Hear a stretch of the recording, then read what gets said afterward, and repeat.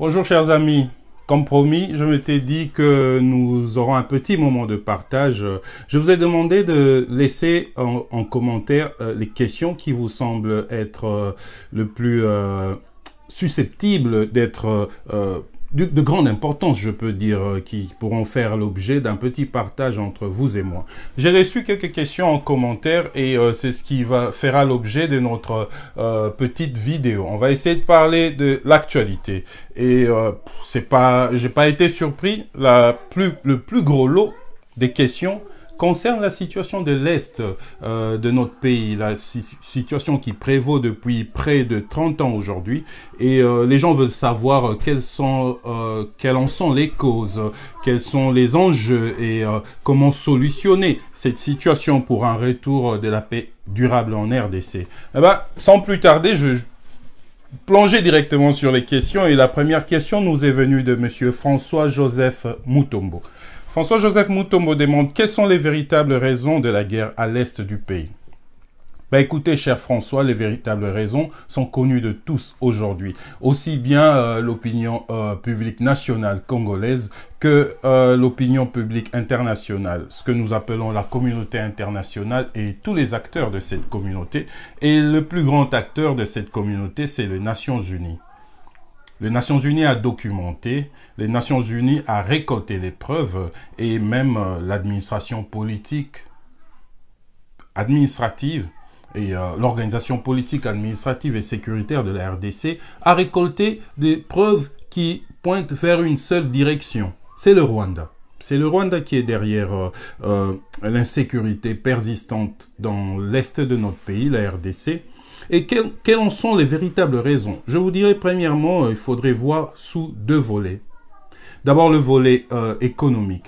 Le Rwanda, c'est un pays exigu qui s'étouffe dans les limites de ses frontières qui sont pas très larges comme les frontières de la RDC. Et le Rwanda manque de ressources pour répondre à l'ambition de Paul Kagame. Ces ambitions sont légitimes. Vous savez, un dirigeant sans grande ambition, c'est un pays qui n'ira nulle part, disons-le comme ça.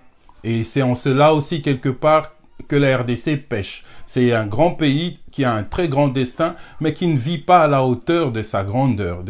Il n'a pas encore embrassé les ambitions de puissance régionale. Et pourtant, nous en avons le potentiel. Eh bien, le Rwanda, bien que n'ayant pas ce potentiel, ni humain, ni en termes de ressources, c'est quand même nourri de ses ambitions, devenir un grand acteur, une puissance régionale. On ne va pas refaire l'histoire ici, et ils ont quand même fait un petit bout de chemin sur cette direction.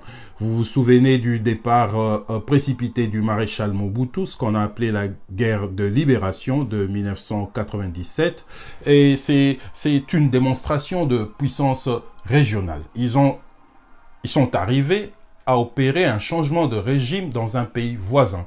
Il faut être puissant, il faut être ambitieux pour y parvenir. Mais la raison, c'était pas que de faire dégager un dictateur et le remplacer par un démocrate. La raison première pour eux, c'était pour asseoir l'influence rwandaise en RDC. Et pas seulement. Ils ambitionnent même d'extendre leur influence dans la région de Grand Lac. Donc je dirais la première raison, elle est économique, avoir accès à nos ressources. Depuis près de 30 ans maintenant, l'économie rwandaise est greffée à l'économie de la RDC à travers les pillages de nos ressources. Le tungstène, le coltan, il y a plein d'autres minéraux qui transitent frauduleusement de la RDC, l'or, vers le Rwanda et ça contribue à la reconstruction de ce pays. La deuxième raison, c'est une raison que j'ai dit ici, mais on va quand même essayer de le développer davantage. C'est une question de suprématie, c'est une question d'influence régionale. Les acteurs leaders du Rwanda et se sont nourris de l'ambition de la suprématie Hima-Tutsi. C'est une longue histoire. Le Rwanda, comme vous le savez, c'est un pays constitué majoritairement de trois ethnies. Les Hema, excusez-moi, les Hima, ce sont les Tutsi, les Watutsi, c'est la même chose. Les Hutus et les Twa. Les Twa ont constitué, ils ont le royaume rwandais, remonte de du 4e au 5e siècle. Et c'était un royaume de Bantou. C'était un royaume Hutu. C'est seulement entre le 15e et le 16e que les nomades nilotiques Tutsi sont venus s'installer au Rwanda. Et en s'installant, ils ont utilisé de malice, ils ont infiltré le cercle d'influence Hutu jusqu'à ce qu'ils ont obtenu l'assujettissement de Hutu. Le pays est devenu un pays sous l'influence d'une minorité. Ils ont toujours été entre 4 et 15% de la population rwandaise, mais ils ont réussi à assujettir la majorité. Et c'est seulement vers 1960 que l'empire rwandais, dirigé par un roi, un Mwami Tutsi, s'était estompé. Et c'est en 61 que le Rwanda que nous connaissons aujourd'hui existe, puisque en 60, le royaume rwandais n'existait plus, c'est devenu une république, et en 61, ils ont obtenu leur indépendance. Donc, c'est une question d'influence. Les Tutsis, quand ils élèvent leurs enfants, ils les élèvent en leur apprenant imbibant d'une idéologie de suprématie sur les autres peuples.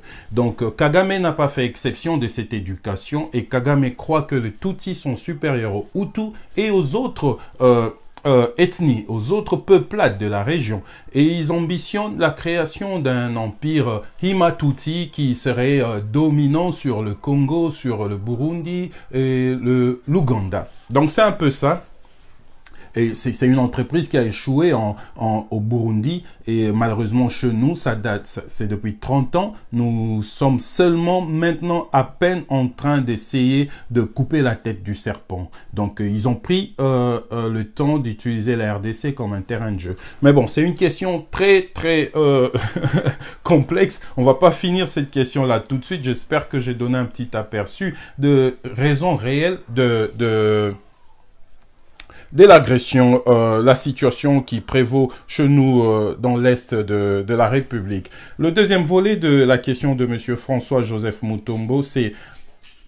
Attendez, vous dites à l'augure du présage qu'offre la communauté internationale, doit-on continuer à espérer une solution diplomatique? Ça, c'est le deuxième aspect. Le troisième aspect, c'est le dialogue serait-il la seule voie pour mettre définitivement... Excusez-moi, c'est Apple qui fait le malin.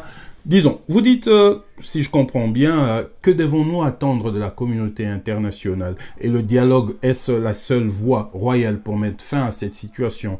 Je vais être très direct avec vous, je dirais que attendre de la communauté internationale? Rien du tout. Rien du tout.